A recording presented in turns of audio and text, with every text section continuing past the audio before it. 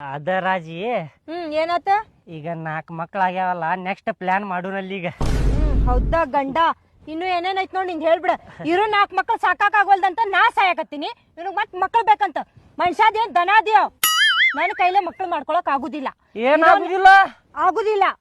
ಏನಾಗುದಿಲ್ಲ? ಮದುವೆ ಆಗುವಾಗ ಏನ್ ಮಾತಾಗಿತ್ತೆ? ಮಕ್ಳು ಮಾಡೋಣ ಅಂತ ಹೇಳಿದ್ದೆ ಅಲ್ಲ. ಅದು ಮದ್ವಿಕಿನ ಮುಂಚೆ ನೀನ್ ಮದ್ವೆ ಆಗ್ಬೇಕಿತ್ತ, ಹಂಗ ಹೇಳಿದೆ. ಈಗ ನನ್ ಕೈಲೇ ಆಗುದಿಲ್ಲ. ಈಗ ನನ್ನ ಕೈಲಿನೂ ಆಗುದಿಲ್ಲ. 10 ಮಕ್ಳು ಮಾಡುದು ಅಂದ್ರೆ ಮಾಡುದ.